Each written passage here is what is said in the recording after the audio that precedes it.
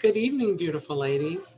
I am so excited to share with you again for our financial literacy class. Today, we're going to talk about forsaking false responsibilities.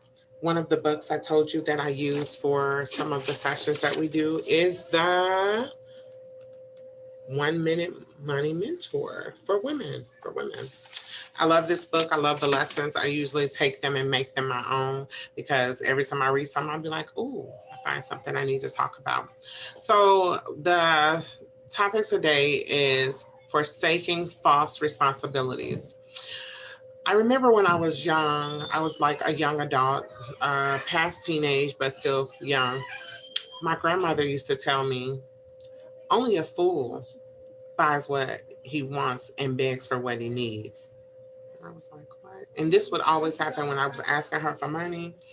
And she would be like, only a fool buys what he wants and begs for what he needs. And I was like, okay, grandma. I had to, as I grew up, I realized what she was telling me is you are spending your money however you want. And then you come to me to ask me for help after you have spent yours your way. But you want me to take up the slack in those areas where you should have. Okay. And so I thought about that. And then I thought about when reading today, I thought about also how I, as an employee, often took up the slack for other employees. And when they didn't get something done, there were many times that I made it my own and I decided I should get this done. I should get it done because it needs to be done. And because I'm a nice person, I made those responsibilities mine. And then I'd be tired and overworked trying to finish my own tasks and when helping others. I even remember working at a job where the supervisor wouldn't even like demand that people do other things because they knew I was one of those people that would just do it. So when I thought about that and reading this passage today, and it says, forsaking false responsibility. I thought about why did I assume that those were my tasks? Why did I assume that it was my responsibility to take care of other people's issues? Why did my grandmother assume that when I spent my money on what I wanted to spend it on, that she should be responsible for doing what she had to do for me? Well, one of the reasons might have been she felt that she was obligated because she felt I didn't know enough, or she felt bad because she thought she hadn't taught me how to manage money, or she felt this is my granddaughter. I just want to do it. Just like I said in my place of employment, sometimes I'm just nice. I want you to consider, why do we take on false responsibilities? So I'm at a point in my life, I have absolutely no problem helping anyone. I mean, I actually love to help. It's one of my favorite things to do. Let me tell you what I have a problem with. I have a little problem with taking care of responsibilities that others could have taken care of.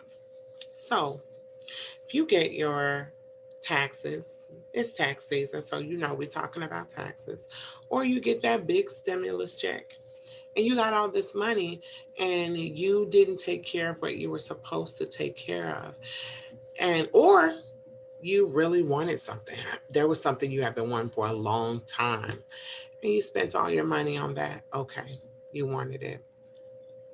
But then if you come and say, hey, can you help me pay my rent? Can you help me pay my phone bill? Can you buy me food? Of course, when it gets down to food, especially if you have kids, I feel obligated to do it because I can't stand for kids to be hungry, you know? But even if I do, we're going to have a conversation because I want to know, what did you do with the money you had? When I got the money and I wasn't able to do all these things because I wanted to save it and I wanted to figure out how I can make it last. What did you do with it? And these are conversations we have to have because some people don't know what they don't know. And if this is something that you haven't been taught, and if you're used to not having a large lump sum of money, when you get it, you may feel, man, I'm going to buy something. you know, which is okay. But what did you save? What did you collect? What did you keep? Did you spend all your money and then you not doing what you needed to do with your money become someone else's responsibility? Or do you have people in your life who make their lack of money management your responsibility? Let's think about that today, and let's think about it on both sides. And so I want to ask a couple questions, okay? So think about this when you're preparing to ask someone else for money and you know you just got all this money. First of all, I'm hoping that these lessons are helping you to save, put something aside, and that we work on doing what we can to build wealth, not to spend everything we have. Yes, I know I talk about giving, and I want you to know you need to be a giving, because one of the keys of getting is giving. It's just real, okay? At the same time, I also want to teach you saving, which is why we have our savings jars, why I talk about what have you saved, what have you put away. That's important because I am teaching you to build something for yourself and your family. I want you to ask yourself this question: did I play a role in creating this circumstance? Now, I'm not saying when you ask yourself that question, don't say, well, I don't have no food, so I'm not going to ask anybody because I played a role in this. But I want you to be aware. I want you to be aware, and I want you to learn from those experiences. If you have an experience where you have a strong need, a serious need, then by all means, ask someone if you know someone could help you. But think about what you could have done to prevent yourself from being in that situation. Ask yourself, did I have any control over the situations that, over this, I'm sorry, did I have any control over the circumstances that led to the situation? If you didn't have control over it, you can't blame nobody. If you got your check and you had a $3,000 utility bill, pay it. By all means, pay it. If you have debt you want to take care of, pay on it. And while you're paying some more current bills, I always think of urgent versus important. It's urgent that I pay my light bill if I have a disconnect notice. It's important that I pay off the loans and other and parking tickets and other bills that may be sitting there. Those are important. Take care of your urgent first and take care of your important. Okay. Even if you have to pay on it and develop a payment plan, I want you to think about those things so you don't create situations that become a false responsibility for someone else. And think about making sure that you are looking to see when you're giving of your resources. Yes, give to charities. Yes, find some community organizations to support. The Well Experience is a good one. Just throwing that out there, but you don't have to. Find a community organization to support as long as they are helping others, as long as they are devoted to dismantling systemic oppression and issues in our environment, in our community. By all means, give to them and make sure that you are taking care of what you need to take care of. The next question is, do I sense that it is my job? Do I feel a divine call to fix the situation? Or am I giving myself a self imposed expectation? Now, that's what you think about when someone is trying to put false responsibilities on you.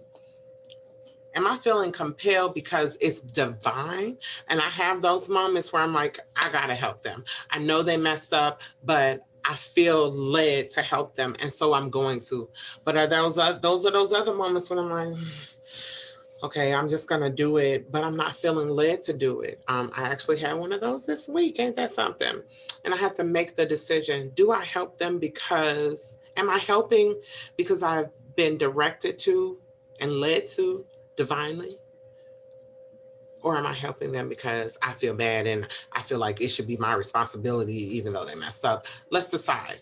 Let's decide. And I want to ask you those questions. So these are our questions for this week. I'm going to put them in our chat box. And I want you to think about those moments where you have had that moment where you had to take care of some, or the things you're spending on and the things you know you still have left to take care of. And are we creating false responsibilities that for others? And are we taking on the false responsibilities that others have created for us? All right, I will talk to you all soon.